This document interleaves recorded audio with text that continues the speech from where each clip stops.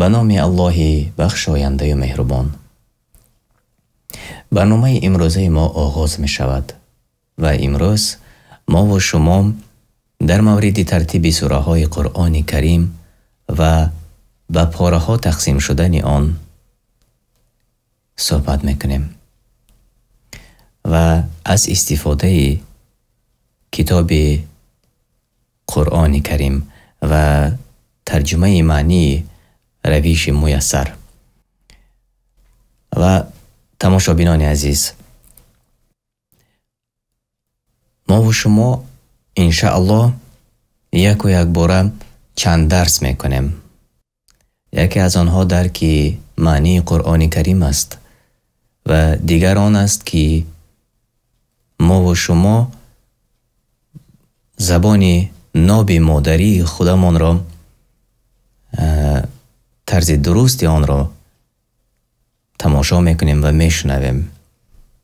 در واقع بعضا سوال ها از شما آمده میرسد و اکثریت میپرسند و میگویند که آسانتر بیان کنیم و در حقیقت زبان تاجیکی به نهایت زبان زیبا است و زبان غنی بای است. از این خاطر بعضا حالت‌های می شود که خود ما نیز رو به فرهنگ می آوریم و ما نیز بعضی کلمه هایی که برای ما ناآشنا است آن را جستجو می کنیم و این یک باز برای ما و شما یک درس می شود تا که اگر کدام کلمه را که نفهمیدیم به فرهنگ وارد شویم و معنای آن را جستجو کنیم. چون اگر ما کوشش کنیم هر روز کمی هم از معنی قرآن و همچنین از زبان تاجیکی خودمان درس گیریم، برای آینده فرزندان ما نیز خیلی مهم است. چون اگر آنها نیز شنوند، گوش کنند و شاید که در یک روز یک یا دو یا یک چند کلمه ناشناس با زبان تاجیکی برایشان پیدا شود، آن را از فرهنگ جستجو کرده معنیش را برای فرزندان اگر ما و شما معنی داد کنیم، آنها نیز درس می آموزند. یعنی زبان مادری ما، زبان تاجیکی ما نیز از بین نمی رود. یعنی اکثریت امروز صحبت میکنند با لهجه یا شیوه محل و اگر ما زبان ادبی خودمان را نیز به همین وسیله تکمیل دهیم، البته که این برای هم فرزندان ما و هم برای خود ما مهم خواهد بود. خب این لحظه آغاز میکنیم درسی نوبتی ما را که در مورد ترتیب سوره های قرآن کریم و به پاره ها تقسیم شدنی آن می باشد. من کتاب را می خوانم و شما ما را همراهی کنید و با دقت شنوید.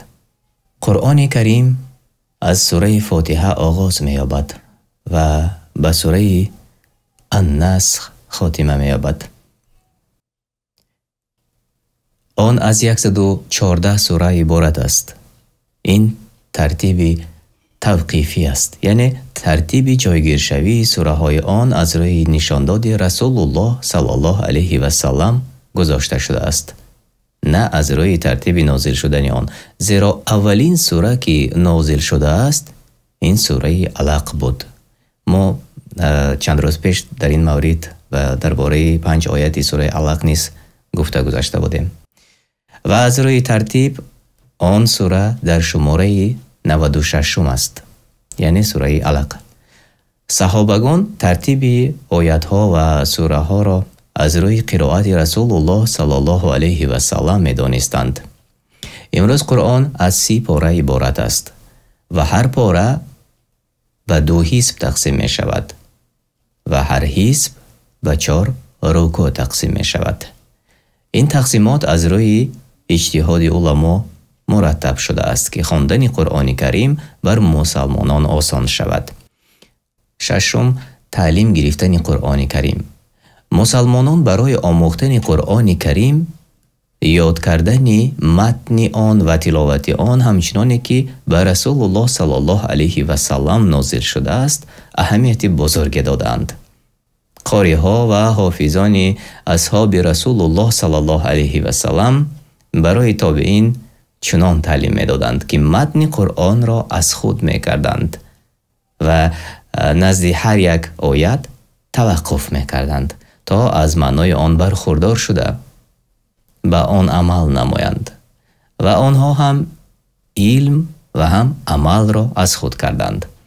بعد از آن تابعین برای قاری ها مدرسه ها بنا کردند و آن تعلیماتی را که از صحابگان آموخته بودند برای آموزانیدن قاری ها تعلیم دادند. تعلیماتی که تابعین از صحابگان آموخته بودند از چند جنبه عبارت بود که آن رعایت کردن تلاوت و یاد کردن متن آن و شماریدن حرفها و کلمه های آن و رعایت کردن ترتیب سوره ها و آیات های آن و به تجوید خواندن، یعنی چگونه برآوردن حرفها از مخرجهایش و در کجا توقف کردن آن می باشد. با همین طرز تابعین آموختن قرآن و یاد کردن آن را تعلیم می دادند.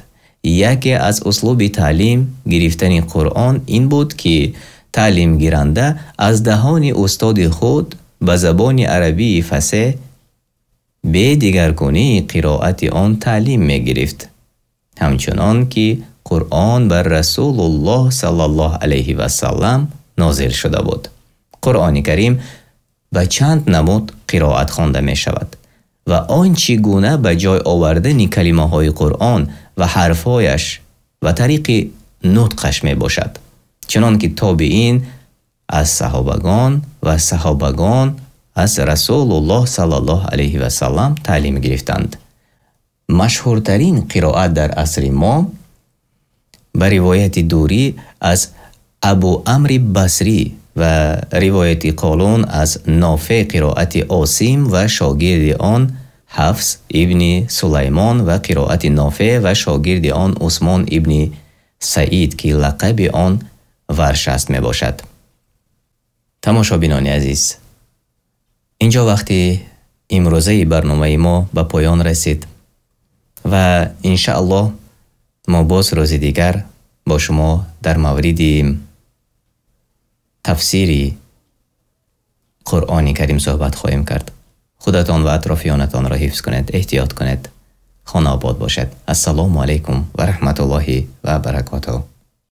می‌خواهید شبکه‌های ما را دستگیری کنید؟ می‌توانید از متخصصان کسبی شبکه حکمت گرافیکای ویدیویی درخواست کنید یا ترجمه متن‌ها از زبان‌های انگلیسی و روسی و عربی و تاجیکی، ثبت کسبی آواز و دوبلاژ نوارها. همچنین می‌توانید رکلام مال و محصولات خود را در شبکه‌های ما جای دهید. برای معلومات مفصل با واتساپ و ایما نوشته کنید. دستگیری شما بهره بهبودی فعالیت ماست.